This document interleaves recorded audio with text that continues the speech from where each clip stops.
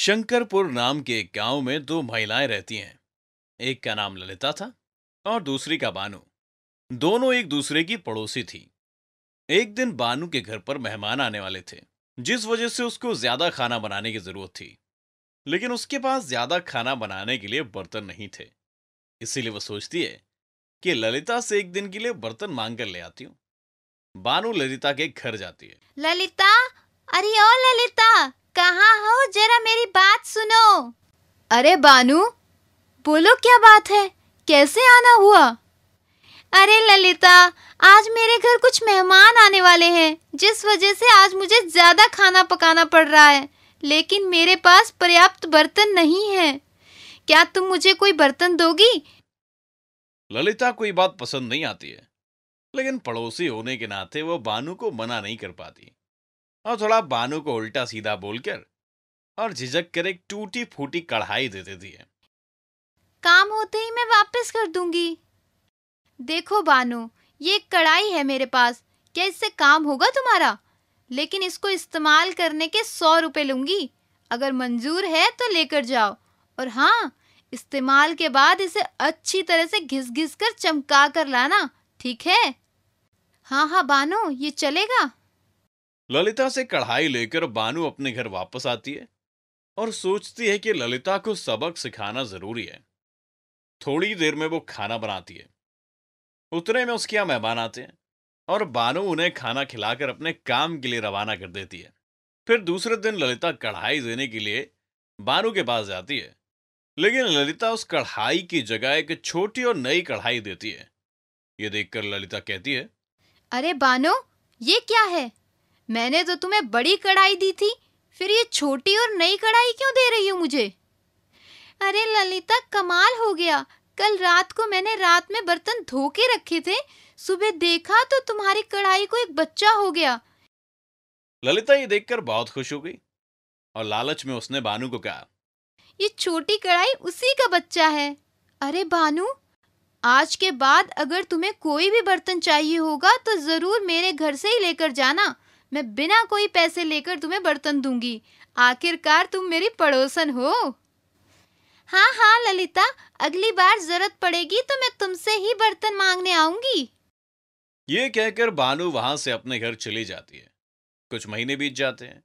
बानू को पता चलता है कि उसके घर फिर कोई मेहमान आने वाले होते हैं और उसे खाना बनाने के लिए वापस बड़े बर्तन की जरूरत पड़ने वाली है। ये सोचकर बानू फिर से ललिता के घर बड़ा बर्तन मांगने जाती है। ललिता देखती है कि बानू उसके घर आ रही है। ये देखकर वो बड़ी खुश होती है।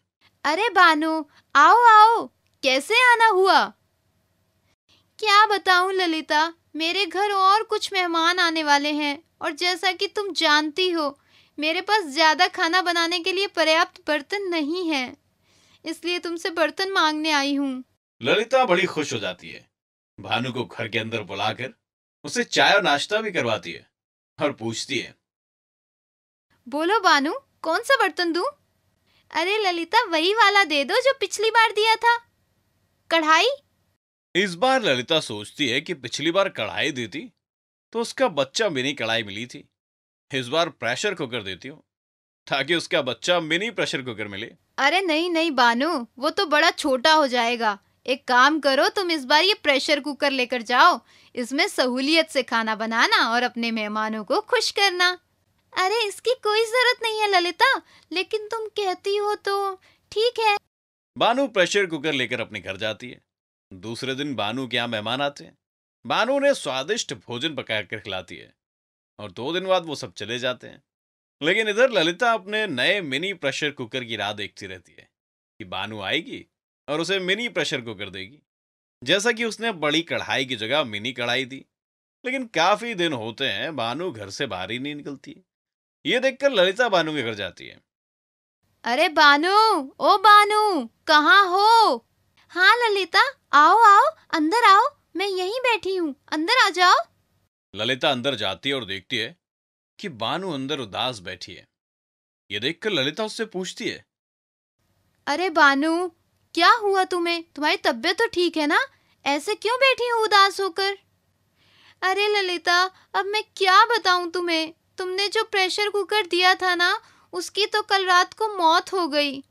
ये सुनकर ललिता बड़े अचंभे में गिर जाती है और गुस्से में आकर बानू से पूछती है, अरे ये क्या कह रही हो तुम बानो? ऐसा कैसे हो सकता है?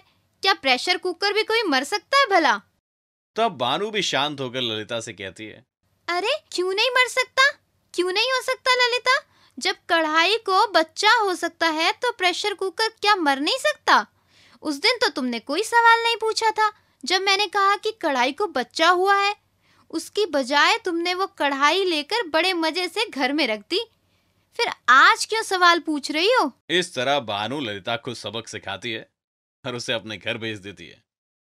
गुड़गांव नाम के एक गांव में नारायण नाम का एक आदमी रहता था। वो रोज जंगल में जाके लकड़ियां काटता था और उसे बाजार में बेचता था। उससे मिलने वाले पैसे से वो अपना और अपने परिवार का पेट पालता था। ऐसे ही एक दिन नारायण जंगल में जाता है और एक पेड़ को काटने लगता है। तभी अचानक उसकी कुल्हाड़ी टूट जाती है। हे भगवान, ये क्या हो गया? मेरी तो कुल्हाड़ी टूट गई। अब मैं लकड़ियां कैसे काटूंगा और अपने परिवार का पेट कैसे पालूंगा? मेरी कुल्हाड़ी वापस जोड़ दो भगवान। रोते हुए वो इस पेड़ के नीचे बैठ जाता है। तभी वो देखता है कि उसकी कुल्हाड़ी हवा में है और धीरे धीरे जुड़ रही है। नारायण ये सब देखता ही रहता है और कुल्हाड़ी उसके सामने जुड़ जाती है। लेकिन ये सब देखकर वो बहुत डर जाता है और कहता है, कौन है? क्या कोई भूत है क्या? अरे बाप रे, भूत भूत भूत! देखते ही देखते नारायण बेहोश हो जाता है। थोड़ी देर बाद उसे होश आता है और उसे एक आवाज आती है, उठो बालक, इतना डरो मत, मैं कोई भूत नहीं हूं। कौन है? कौन बोला? कौन है यहाँ पे? नारायण उठकर पेड़ के आगे पीछे और आजू बाजू देखता है, लेकिन उसे कोई और नहीं दिखता। तो वो फिर नीचे बैठ जाता है। तभी नारायण को फिर से आवाज, डरो मत मित्र, तुम मेरे पास ही बैठे हो, मेरी छांव के नीचे।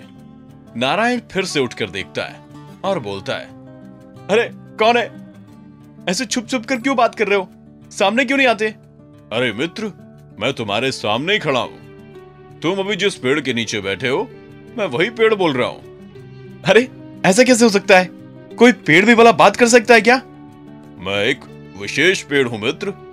भगवान ने मुझे जादुई वरदान दिया है, इसीलिए मैं बात कर सकता हूं। ये देखकर नारायण उस पेड़ के पास बैठ जाता है और बोलता है, हे जादुई वृक्ष, मैं गरीब आदमी हूं।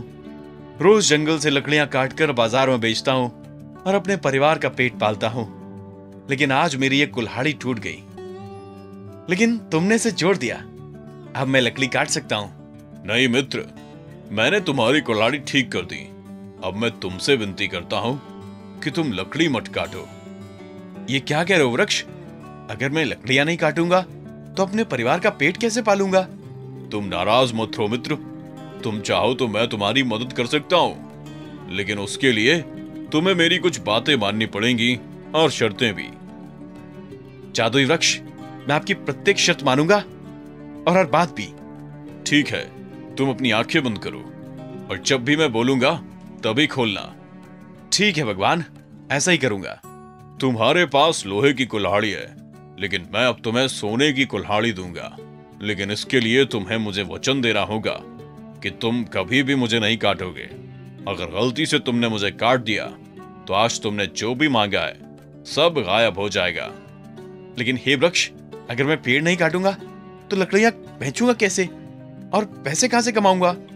इसके लिए तुम्हें रोज मेरे पास आकर उस सोने की कुल्हाड़ी को यहां रखकर पूजा करनी पड़ेगी और तुम्हें जो चाहिए होगा उसे मांगना पड़ेगा और बस वो तुम्हें मिल जाएगा।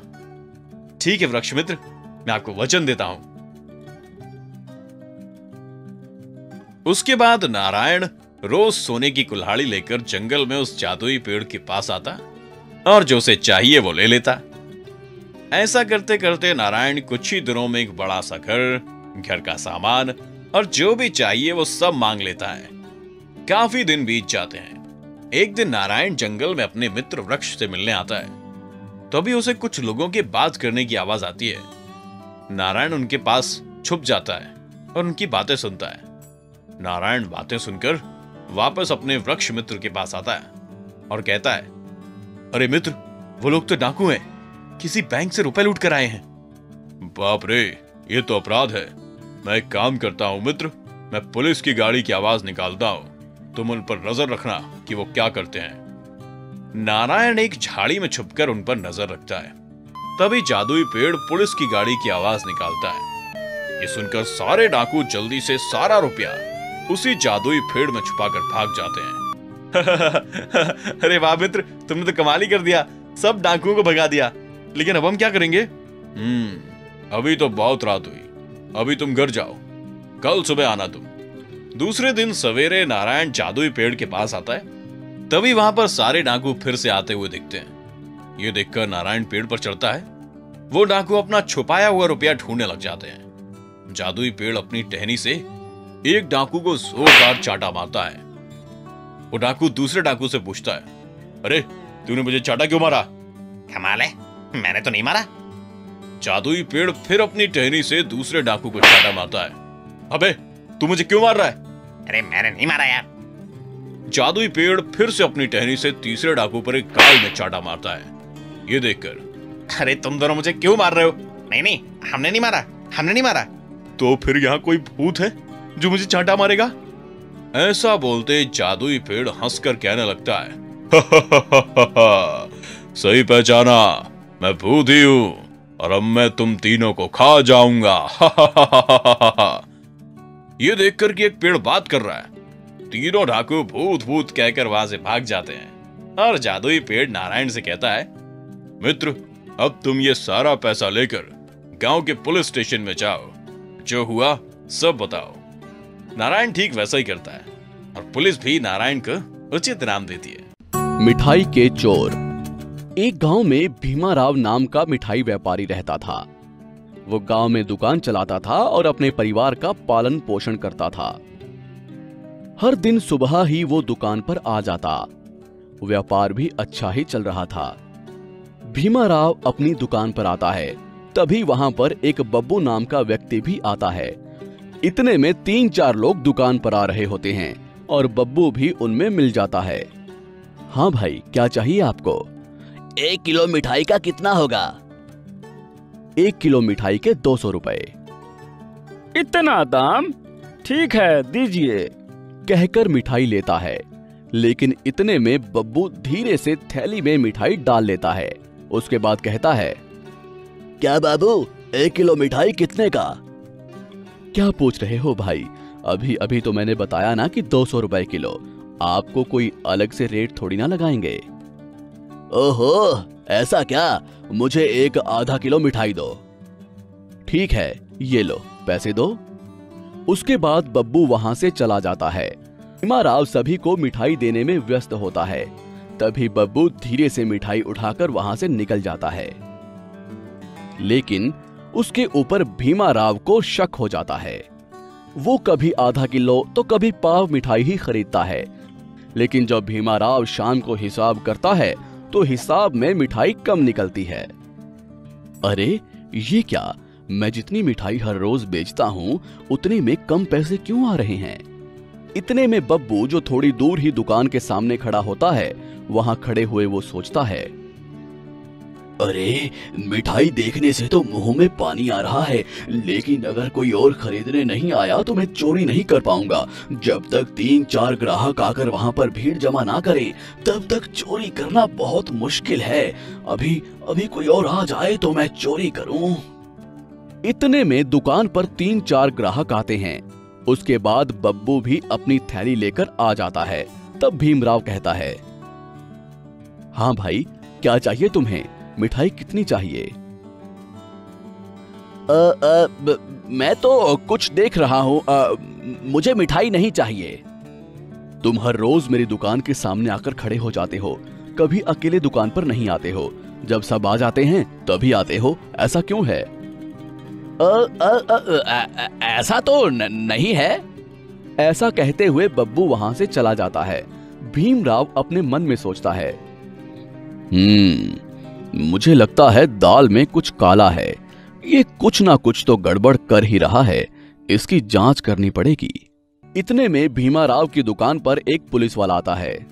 क्या भीमाराव, आपको कितनी बार कहा है कि दुकान में एक सीसीटीवी कैमरा लगवाइए? एक सीसीटीवी कैमरा 100 पुलिस वालों के बराबर होता है। सीसीटीवी कैमरे से सभी प्रकार की चोरियां पकड़ में आ जाती हैं और चोर आसानी से पकड़े जाते हैं। ठीक है सर, मैं कल ही किसी तरह से कैमरा अरेंज करता हूँ। बस इस बार मुझ पर विश्वास कीजिए सर। ये तुम्हें आखिरी चेतावनी है, अगली बार मैं दुकान को सील करवा दूंगा। जी जी जी सर, इस बार माफ कर दीजिए, मैं जल्दी ही लगवा लूंगा। उसके बाद पुलिस वाला वहां से चला जाता है। अगले दिन भीमा राव अपनी दुकान में सीसीटीवी कैमरा लगवा लेता है। सीसीटीवी कैमरा लगवा लिया है, अब देखता हूं वो बब्बू कैसे मेरी मिठाइयां चुराता है। अगले दिन बब्बू हमेशा की तरह दुकान के सामने खड़ा होता है।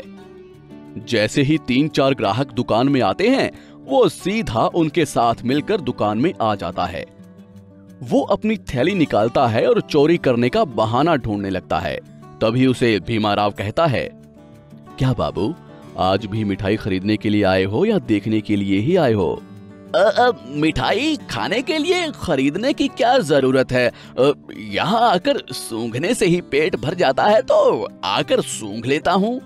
अभी बातें मत करो, बोलो मिठाई चाहिए या नहीं? नहीं, आज मुझे मिठाई नहीं चाहिए। कहता हुआ भीमा राव थोड़ा हटकर एक तरफ जाकर पुलिस को फोन करता है। सर जल्दी आ जाइए, यहाँ एक चोर है। तुरंत वहाँ पुलिस आ जाती है। क्या भीमा राव, कहाँ है वो चोर? ये लो साहब, यही चोर है। हर दिन मेरी दुकान में आता है और मिठाइयाँ चोरी करके ले जाता है। यही चोर है, ये तुझे कैसे पता? मैं झूठ नहीं बोल रहा सर, एक बार आप आइए, सीसीटीवी कैमरे में खुद देख लीजिए, आपको पता चल जाएगा। तब बब्बू अपने मन में कहता है, ओहो, इस मिठाई के चक्कर में तो अब मेरी पिटाई होने वाली है। उसके बाद पुलिस बब्बू को अरेस्ट कर लेती है। भीमा राव, देखा सीसीटीवी कैमरे का कितना फायदा है? हाँ सर, अब मैं बाकी दुकान वालों को भी बोलूंगा कि सीसीटीवी कैमरे जरूर लगाएं। तो इस कहानी से हमें ये सीखने को मिलता है कि हमें चोरी कभी नहीं करनी चाहिए, हमेशा ईमानदारी से ही अपने सारे काम करने चाहिए, क्योंकि चोर हमेशा पकड़ा ही जाता है। तो आपको हमारी ये कहानी कैसी लगी, हमें कमेंट बॉक्स में कमेंट करके जरूर बताएं। और अगर आप ऐसी ही और भी कहानियां सुनना चाहते हैं तो हमारे इस चैनल को सब्सक्राइब जरूर करें। शुक्रिया।